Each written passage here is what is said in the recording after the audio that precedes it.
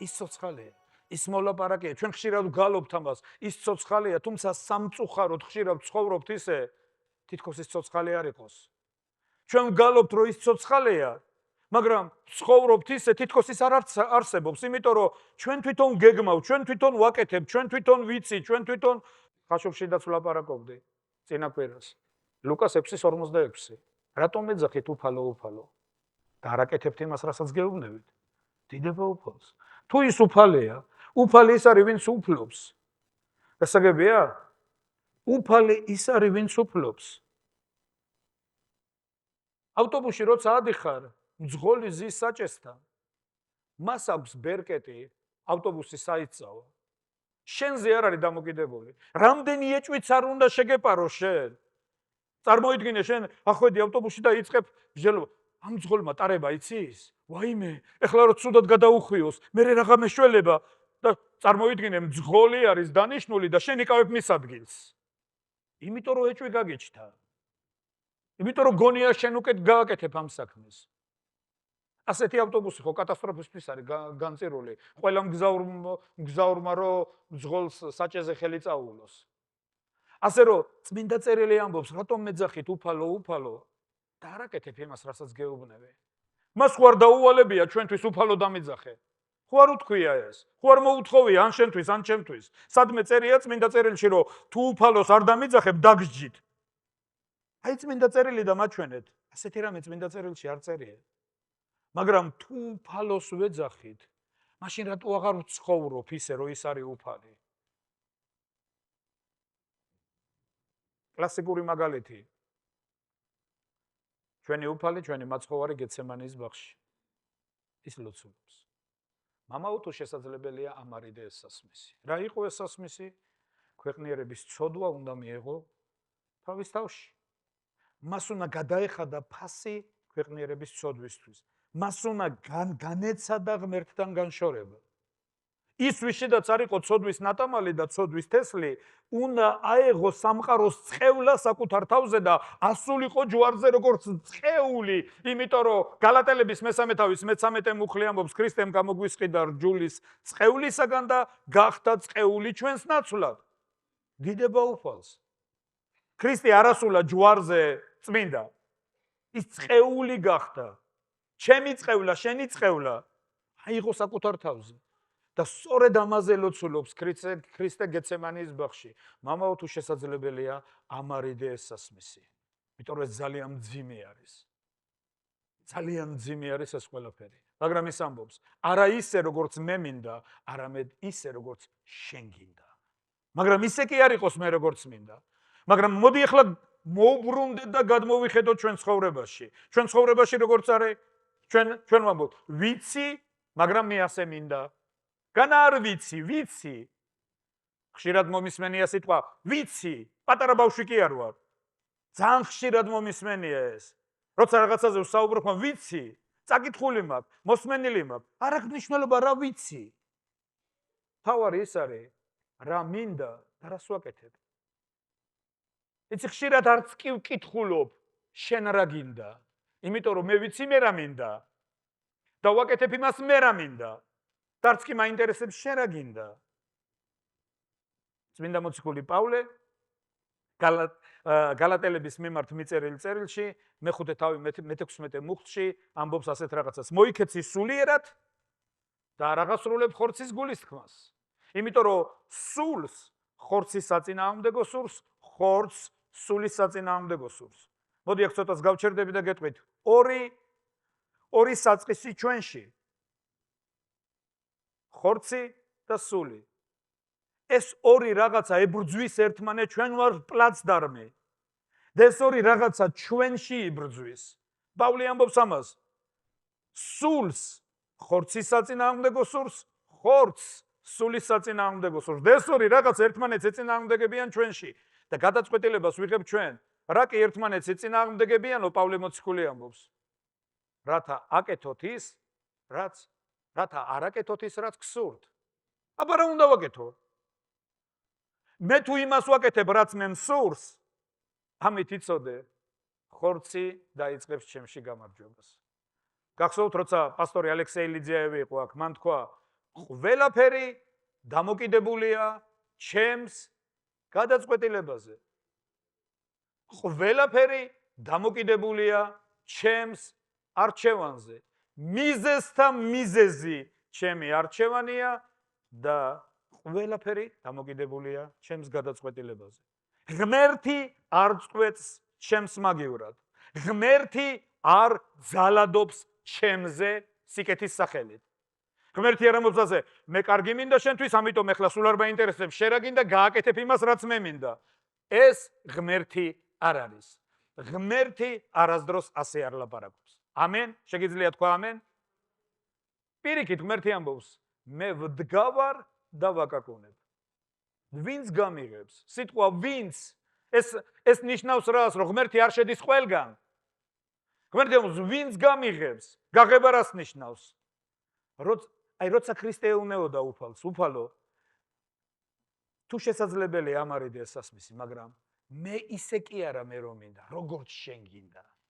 ეს ნიშნავს, რომ შენ აძლევ მას უფლებას მოიმოქმედოს ის, რაც მას უნდა, რომ მისი უფლება გავრცელდეს ჩემზე.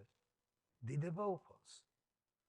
რომელთა წერილი ამბობს, მერვე თავის მე-14 მუხლი, ისინი ვინც ღვთის სულით წარიმართებიან, ღვთის შვილები არიანო. მე ძალიან ხშირად მომისმენია ეს სიტყვა ქუჩაში. ყველანი ღმერთის შვილები არა ვართ? მე ძალიან ხშირად მომისმენია ეს სიტყვა სუფრაზე. ყველანი ღმერთის შვილები არა ვართ? მე მინდა შეგეკითხოთ, ღმერთის შვილები ვართ ყველანი? აქ რამდენი ადამიანი ვართ? დაახლოებით 50, ხო? ყველანი მამაჩემი შვილები ხართ? რატო? ყველანი ხო ადამიანები ხართ და რატო არა ხართ მამაჩემი შვილები? იმიტომ რომ მამაჩემისგან მე დავიბადე. გასაგებია, ღმერთის შვილი არ არის ყველა, ღმერთის ქმნილება არის ყველა. მაგრამ ღმერთის შვილი ის არის, ვინც ღმერთისგან დაიბადა. დიდება უფალს. და რომაელების წერილი ამბობს, რომ ღმერთის შვილობის განსაზღვრელი რაღაც, ეს არის, რომ ისინი, ვინც ღვთის სულით წარიმართებიან, ღვთის შვილები არიან. დიდება უფალს. გუშინ ხაშურშიდაც ვლაპარაკობდი ამას და კიდე ერთხელ გავიმეორე, ნახეთ ერთი პატარა რაღაც. ეხლა მინდა რომ წყალი დავლიო. მე რო წყალი დავლიო, ჩემ ტვინში გაჩნდა იმპულსი. ჩემმა ტვინმა უნდა გასცეს ბრძანება და ჩემი ხელი უნდა დაემორჩილოს, აი. მე ავიღე წყალი. მოვსვი საფლაპავმა ის გადაყლაპა და წყალი მოხვდა ჩემს კუჭში. მაგრამ მომენტალურად წარმოიდგინეთ, ტვინში კი გაჩნდა იმპულსი, მაგრამ ხელს არც კი აინტერესებს ეს. ხელამდე ვერ მივიდა ეს იმპულსი. ამ შემთხვევაში მე ძალიანაც მინდა წყალი დავლიო, მაგრამ ხელი არ მემორჩილება. და როცა ხელი არ მემორჩილება, მე იძულებული ხდები, რამე 4-ზე დავდგები, როგორღაც ვეცდები წყალი დავლიო, მაგრამ თუ საყლაპავიც არ დაემორჩილა. ისინი, ვინც ღვთის სულით წარიმართებიან, ღვთის შვილები არიან. იცი, რა ჭეშმარიტებებიც ხდება ფიზიკურ სხეულში, ის ჭეშმარიტებებია სულიერობაში. იმიტომ რომ პავლე მოციქულმა ეკლესია შეადარა ქრისტეს სხეულს. სხეულში შეადარა და თქვა, ჩვენ მრავალნი იესო ქრისტეში ერთ სხეულს შევადგენთ და მადლით გვაქვს სხვადასხვა ნიჭი მოცემული. დიდება უფალს. მაგრამ ისინი, ვინც ღვთის სულით წარიმართებიან, ანუ ღვთის სულს უსმენენ, იმ იმპულსებს უსმენენ. ფილიპელთა 2:13-ში ასეთი რაღაც წერია. ღმერთი დებს ადამიანებში სურვილსაც და მოქმედებასაც. მეთანხმებით? შეგიძლია თქვა ამენ? ანუ, ნახეთ, სურვილი გაჩნდა, რომ მე წყალი მინდა. ტვინმა გადაწყვიტა, რომ ხელი უნდა წავიდეს და ჭიქა აიღოს. და როცა ხელი დაემორჩილა ამ იმპულსს, მოქმედება მოხდა და სურვილი დაკმაყოფილდა. გასაგებია? ეხლა ნახეთ. ფილიპელთა 2:13 ამბობს, ღმერთი დებს ჩვენს გულში სურვილსაც და მოქმედებასაც. გასაგებია? გაჩნდა სურვილი. მაგრამ იქვე არის ალტერნატივები. ღმერთმა, რომელმაც შექმნა სამყარო, მოციქულთა საქმის მე-17 თავი. ის არის ცისა და ქვეყნის უფალი. ეს და მარტო წერილში კი არა, ის რეალურად არის ცისა და ქვეყნის უფალი. მან ყველაფერი იცის და ერთხელ მივიდნენ ქრისტესთან მოციქულები და უთხრეს, რომ ჩვენ დავტოვეთ სახლები, კარები, რა ვიცი, ყველაფერი და შენ გამოქვევით. ქრისტემ უთხრა, არავინ არის ისეთი. მოდი გაიმეორე სიტყვა, არავინ არის ისეთი. არავინ არის ისეთი, ეს შენც იგულისხმები და მეც ვიგულისხმები. არავინ არის ისეთი, ვინც ჩემი და სახარების გულისთვის დატოვა სახლი, ან მინდორი, ან ოჯახი, ან და, ან ძმა და ასმაგად არ მიიღოს აქვეო. ზეცაში საუკუნო სიცოცხლე. და ვინ და უფალი დგას თავის სიტყვის უკან. ამენ. თავარია გწამდეს, თამარია გჯეროდეს, რომ ის ცოცხალია. და ის თუ ცოცხალია, მას არ აქვს პრობლემა საკუთარი თავის გამოვლენის. ამენ. გჯერა ამის დიდება უფალს. ღმერთს შეუძლია ჩვენი ნებისმიერ სიტუაციაში და ნებისმიერ მდგომარეობაში დაცვა. არ არსებობს გამოუვალი მდგომარეობა. თუ გახსოვთ მომენტი, როცა ჩვენ მაცხოვარს უთხრეს, რომ ლაზარე იყუავად. მას შეეძლო მაშინვე წასულიყო. არ წავიდა მაშინვე. იცით? მოგვიანებით, როცა დღე დასრულდა, მერე თქვა, წავიდეთ ლაზარესგან, ვინაიდან მან დაიძინაო. მან იცოდა, რომ ლაზარე მოკვდა. სანამდე იქ მივიდნენ, უკვე 4 დღე იყო გასული. გახსოვთ? გახსოვთ ეს მომენტი? და როცა მივიდნენ ლაზარეს დები, იესოს ძალიან ახლობლები, ეს მარიამი და მართა იყვნენ. გახსოვთ? მარიამი, რომ იესოს ფეხებთან იჯდა და მართა რო სუფრას უმზადებდა, ეს დები იყვნენ. და მერე რო უსაყვედურა იესოს, რატო არ მეხმარება ეგო? გახსოვთ? ეს ორი ახლობელი ადამიანი მივიდნენ იესოსთან საყვედურით. უთხრეს უფალო, რატო დროზე არ მოხვედი? იქ ეს ჩანს. აქ რო ყოფილიყავი, ჩემი ძმა არ მოკვდებოდაო. იესო ეუნება აღდგება შენი ძმა. ეჭვი, ნახე, დახმარება. ვიცი რო აღდგება, ვიცი, ჩვენ ხშირად ვამბობთ, ვიცი. ვიცი რო აღდგება აღდგომისას უკანასკნელ დღეს. იესო ეუნება, მე ვარ აღდგომა და სიცოცხლე. ჩემი მორწმუნე კიდეც რომ მოკვდეს სიცოცხლებს. ვეღარ ეკამათებიან, არაფერს არ ეუნებიან, მაგრამ წარმომიდგენია მარიამის და მართას თავში რა ტრიალებს მაინც ისა, რატო დროზე არ მოხვედი? მეტად დროზე მოსულიყავი. დაგაგვიანდა. აზრი აღარ აქვს არაფერს. იესომ თქვა, წამიყვანეთ საფლავთან, გახსოვთ? წაიყვანეს. როგორ ყვარებიაო ხალხი ამბობდნენ, საფლავის მოლოცვა უნდა. ადამიანები ასე ფიქრობდნენ. საფლავის მონახულება უნდა, მაგრამ იესო არ მიდიოდა ეგ საფლავის სანახავად. იესო როცა მივიდა საფლავთან, თქვა, ლოდი გადააგორეთო. ეს იცი რისი ტოლფასი იყო? 4 დღის მკვდარზე რო თქვა, ამოთხარეთო. წარმოგიდგენიათ? იესო მივიდა და ამბობს, ლოდი გადააგორეთ. ეუნო, რას ლაპარაკობ უფალო? უკვე ყარს. გახწნა დაიწყო. როგორ უნდა გადააგორო ლოდი? იესოს ის უარ უთქვია, ლაზარე აღადგინეო. უთხრა, ლოდი გადააგორეთ. მაგრამ წარმოუდგენელი რაღაც. იესომ თქვა, გადააგორეთ ლოდი. ვიღაცას ეყო გაბედულება და რწმენა, მივიდა და გადააგორა ლოდი. იესო ამბობს, ლაზარე გამოდი. მე წარმომიდგენია, აი უბრალოდ სიუჟეტი წარმოიდგინეთ. როცა მოძრაობა დაინახეს იმ გამოქვაბულში. როცა ვიღაცა გამოძრავდა. მეცა 4 დღის მკვდარი ღმერთო. გამოვიდა ლაზარე და ეს ამბობს, გაუხსენით ხელფეხი იაროს. დიდება უფალს. ეს იმას მოწმობს, რომ ღმერთისთვის ეს უბრალოდ სიუჟეტი კი არ უნდა გვახსოვდეს, უნდა გვახსოვდეს დღესაც, როცა მდგომარეობაში აღმოჩნდა. არაფერია მისთვის შეუძლებელი. არ არსებობს შეუძლებელი. თავარი აქ წამდეს. ჩემთვის ძალიან საყვარელი ადგილი წმინდა წერილში, ძალიან ხშირად ვკითხულობ ამ ადგილს და ადრეც თქვი, რომ ერთი სურვილი მაგულში ჩადებული და ღმერთი მომცემს ალბათ მოგცემს ძალას ამის განსახორციელებლად ერთი მუსიკალური პროექტი მინდა რომ განვახორციელოთ და ამას ერქმევა იაიროსი ალბათ. იაიროსის ცხოვრება. მოდი დაუკვირდით ამასაც, რა მნიშვნელოვანი ადგილია ესაც და როგორ აღვივებს ეს ჩვენს შეხედულებებს, როგორ გადახედავ შენ შეხედულებებს ღვთის წინაშე. იაიროსი არის პოზიციაზე მდგომი ადამიანი. რას ნიშნავს პოზიციაზე მდგომი ადამიანი? ხშირად პოზიციაზე მდგომ ადამიანებს უჭირთ რაღაცეების გაკეთება. იაიროსი არის სინაგოგის მთავარი.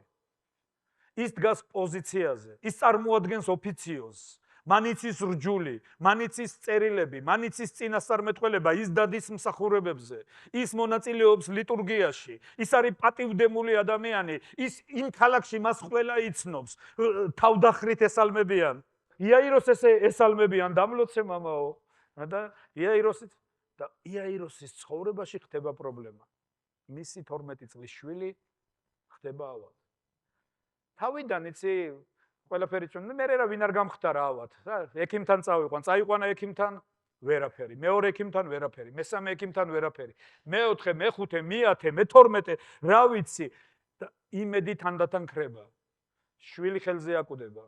ამ დროს იესოზე დადის ხმა, რო არის ვიღაცა ნაზარეველი წინასწარმეტყველი, რომელიც და მაგრამ ოფიციოზი მასზე ამბობს, რომ ეს ერეტიკოსია. ოფიციოზი ამ კაცზე ამბობს, რომ ეს ერეტიკოსია. ის არ დადის ჩვენთან, ის არ დადის ჩვენ ეკლესიაში, ის არცემს ხატებს თაყვანს, ის არ ანთლებს სანთლებს, ასე შემდეგ და ასე. და მასზე ლაპარაკობენ ძალიან ცუდს, მასზე ლაპარაკობენ აგდებით, მას ეძახიან მარიამის შვილს. რას ნიშნავს იცი მარიამის შვილი? საერთოდ ფილმი გაქვთ ნანახი ბენ-გურიონი. იუდა ბენ-გური. ვინ იყო? ბენ ნიშნავს შვილს, იუდას შვილი. გურის შვილი იყო ის. იუდა ერქვა სახელად გურის შვილი. ბენ-გური. საერთოდ ისრაელში ყველას ეძახდნენ მამის სახელს.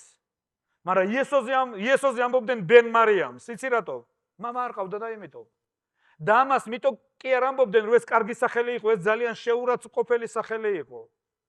უკანონო შვილს ეძახდნენ, უკანონოდ გაჩენილს ეძახდნენ. ანუ ესეთი შეხედულება ჰქონდათ ღმერთო, გვაპატიე და დაიფარე ყველა, რომ მარიამა იმრუშა და ისე გააჩინა იესო. ამ ჭორებს ავრცელებდნენ მასზე. და ამბობდნენ ეგ ერეტიკოსია, მაგას რა უნდა მოусმინო, ნაზარეთიდან რა სიკეთე შეიძლება იყოს. იცი რატო წერია ეს ახალ აღთქმაში, ნაზარეთიდან რა სიკეთე შეიძლება იყოს? ნაზარეთი იყო რომის იმპერიის ბაზა, სამხედრო ბაზის ადგილი. იქ რომაელი ჯარისკაცები ცხოვრობდნენ და ისინი დაკავებულები იყვნენ ლოთობით, მრუშობით და ათასნაირი სისაზიზღრით. და იქ კარგი არაფერი არ ხდებოდა. და როცა თქვეს რომ იესო ნაზარეველი, ყველა ნაზარეთიდან რა სიკეთე შეიძლება იყოს. და იაიროსის ყურამდეც მოდის ამბავი რომ იესომ განკურნა ვიღაცა. ის ფიქრობს ნაზარეთიდან რა სიკეთე შეიძლება იყოს. გადის დრო, პრობლემა იზრდება, პრობლემა კიდევ უფრო მეტად იზრდება. ცოლმა დაუწყო ჩხუბი. წადი იესოსთან. ეს კენ რას მეუბნები? იესოსთან როგორ წავა? როგორ შეიძლება მე წავიდე იესოსთან? ცნობილი სინაგოგის მთავარი მთელი ქალაქი მიცნობს და იესოსთან როგორ უნდა წავიდე? მაგრამ იმდენად დიდი გახდა პრობლემა, როცა თავის შვილს უყურებს, რომ ხელზე აკვდება შვილი, გატყდა ბოლოს. და გადაწყვეტა არაფერი არ მაინტერესებს, მოდი ამასაც ვცდი და წავიდა. და როცა მივიდა, უთხრა შვილი მიკვდება, დაეცა მის ფეხებთან ასე წერია და უთხრა შვილი მიკვდება. იესომ უთხრა წამოვალ შენთან. და როგორც იქნა მობრუნდა და ძალიან ბევრი ხალხი იყო იქ ალბათ იცით ეს სიუჟეტიც. ზოგი აქედან აწყდება და წარმოიდგინეთ, აი სიუჟეტი წარმოიდგინეთ, მიარღვევს ხალხს, როგორმე ჩქარობს, რომ სახლამდე მიიყვანოს. ამ დროს იესო ჩერდება ამდენ ხალხში და ამბობს, ვინ შემეხომე? უბრალოდ დაფიქრდით, რა შეკითხვა არის, ვინ შეგეხო ამდენ ხალხში, ამ ხელა ჭყლეტაში, როგორ ზოგი აქედან გეჯახება, ზოგი იქიდან ძლივს ვარღვევთ ამ ხალხს, ვინ შემეხომე? იმიტომ რომ ვიგრძენი ძალა გავიდა ჩემგან. ამ დროს გამოჩნდა ერთი ქალი. უბრალოდ მინდა სიუჟეტი დავინახოთ. ისე კი არ წავიკითხოთ, გადაურბინოთ ისა წმინდა წერილს. და ბოლო ამ ქალმა როგორც იქნა, თქვა რომ სხვა რო გამოსავალი ვეღარ ვნახე და სხვა რამე აღარ იყო შესაძლებელი, მე მწამდა რომ შენ სამოსელსაც რო იცი ძველი აღთქმის თანახმად და ლევიანთა წერილს თუ წაიკითხავთ, ქალბატონები როცა დედათა წესში იყვნენ, უწმინდურად ითვლებოდნენ. ცალკე კარავშია ცხოვრობდნენ. და რასაც ისინი ეხებოდნენ, ყველაფერი უწმინდური იყო ამ დროს. და ამ მდგომარეობაში მყოფ ადამიანს არ ქონდა უფლება მოძღვარს, მასწავლებელს ან ვინმეს ახლოსაც კი მისვლაც კი არ ქონდა ამის უფლება, არათუ შეხებისა. ამიტომ ეშინოდა ამ ქალს, იმიტომ რომ ის რო გაეგოთ, რომ ისა იესოს შეეხო, მღვდელმთავარ შეეძლო ასეთი ადამიანი ჩაექოლა მისი გულისთვის რო შეეხო. გასაგებია?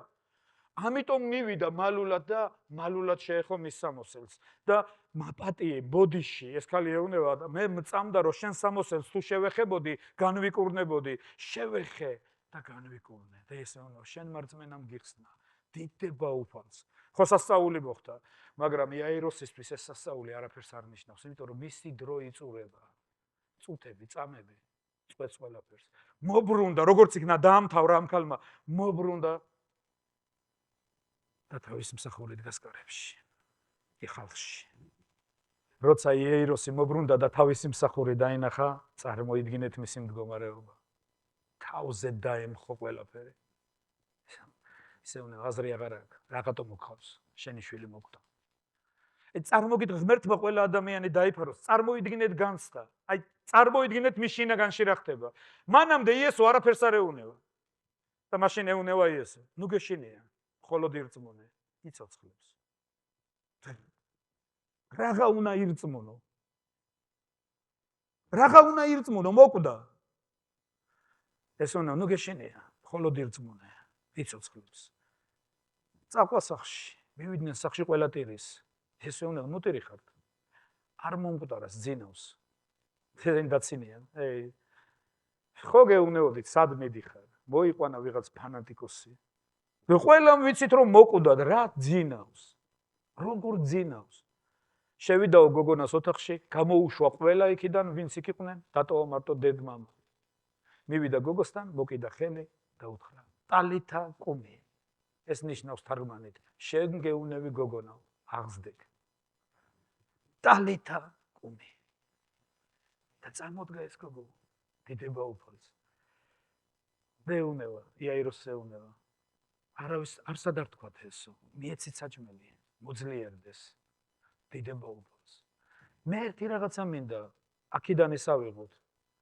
მხოლოდ ირწმუნე არაფერია დაკარგული ღმერთს ყველაფერი შეუძლია თუ შეგიძლია რომ ირწმუნო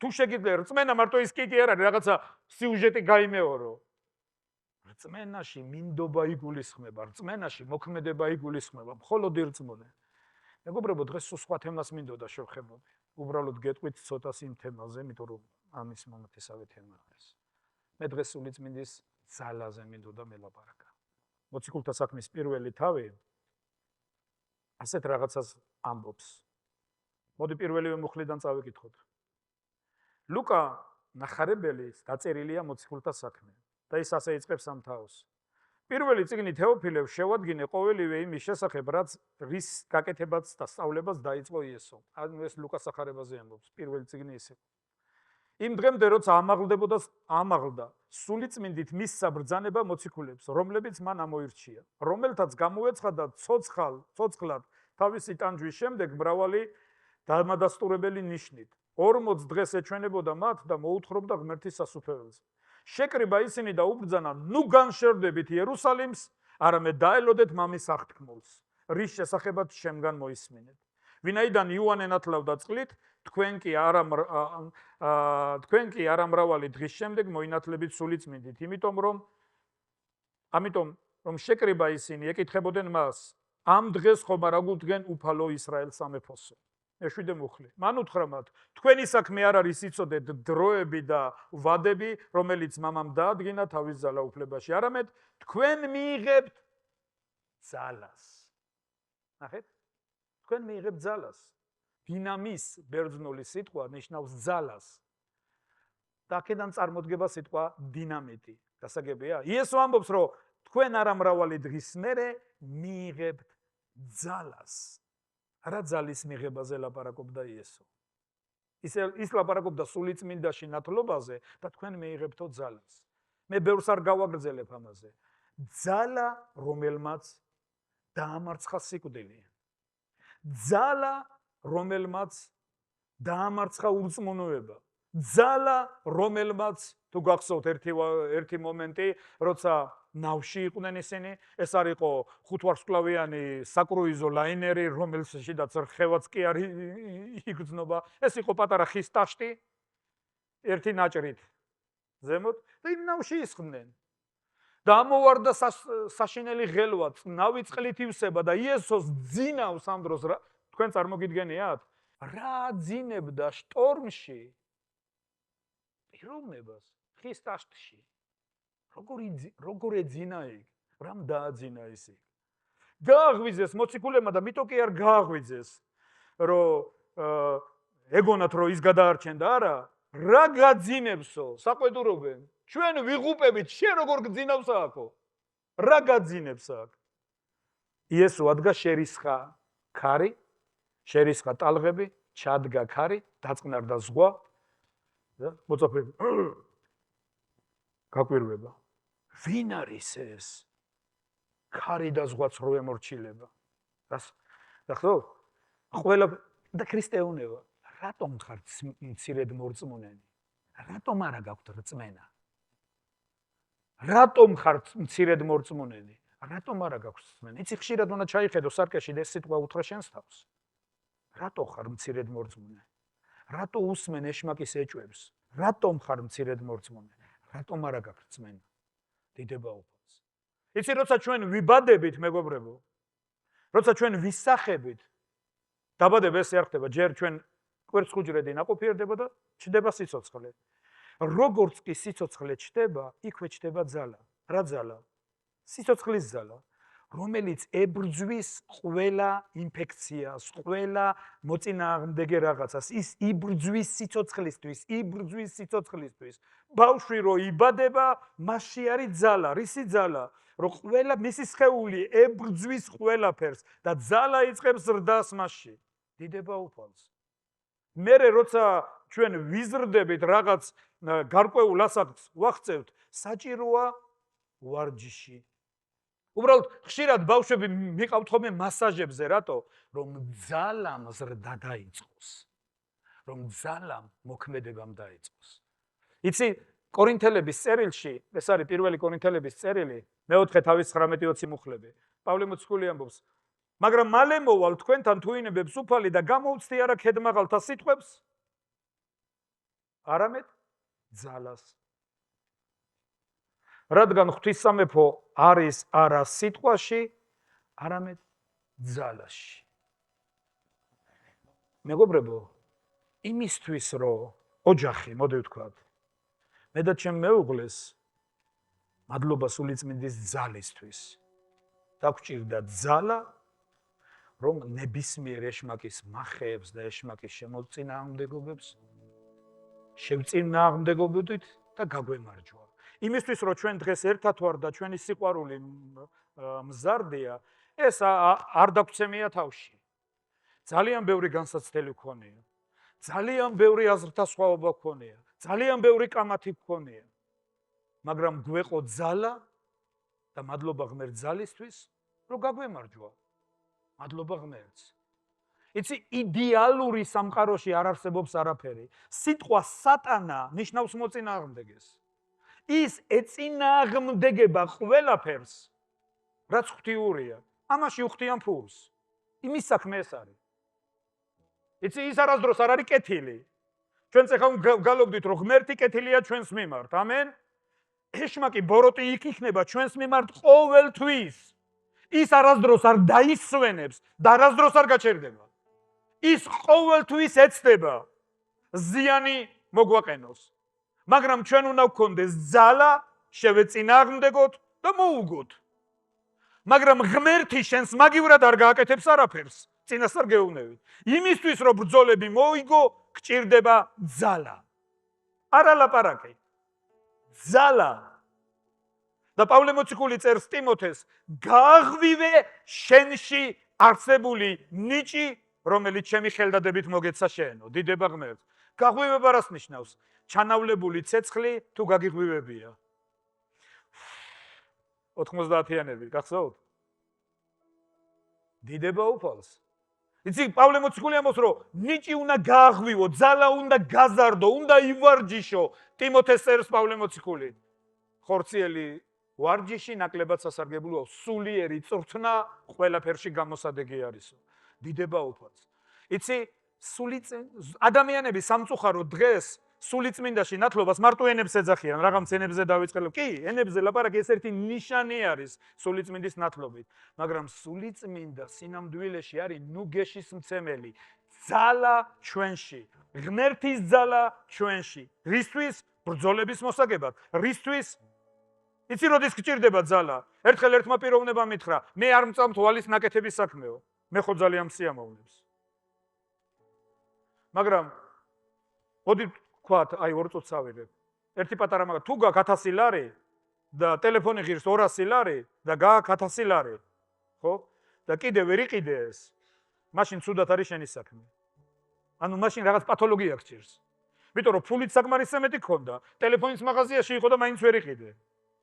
გასაგებია, მაგრამ რწმენა იცი როდის გჭირდება და ბრძოლა როდის გჭირდება. რო გჭირდება ტელეფონი ღირს 200 ლარი და გაგვცი. აი მაშინ გჭირდება ბრძოლა. მაშინ გჭირდება ამ ბრძოლის მოგება. და ჩვენ ეკლესიაში ვართ იმიტომ რომ ბრძოლები მოვიგოთ. იცი გენერლები რატო ხდებიან სახელოვანი გენერლები? დიდ ბრძოლებს იგებენ და მეტო. ღმერთი გვთავაზობს გამოწვევას. ის ამბობს მე ყველა ბრძოლაში შენთან ვიქნები. მე ძალას მოგცემ, მაგრამ შენს მაგივრად არაფერს არ გავაკეთებ. ამიტომ იცი მეგობრებო, ერთხელ ქრისტემ თქვა, ეს არის მინდა ეს ადგილი თქვენც იცოდეთ. იოანეს მე-7:27-29 მუხლები და ამით ვამთავრებთ. დღესასწაულის უკანასკნელ დღეს ადგა იესო შესძახა და თქვა, თუ ვინმეს წყურია, მოვიდეს ჩემთან და შესვას. ვისაც ჩემი სწამს, როგორც წერილი ამბობს, მისი წიაღიდან იდინებენ ცოცხალი წყლის მდინარეები. ვისაც წყურია, ეს უნდა გწყუროდეს. ეს აგური არ არის თავში დაგეცეს. გასაგებია? მე მინდა თქვენში გავაღვივო და ჩემში მე ამას ჩემ თავს ველაპარაკები. მე ხშირად ჩვენსაც შეგვიძლია ამის გაკეთება. მე ვერ შეიძლება მაგე. არაფერია შეუძლებელი.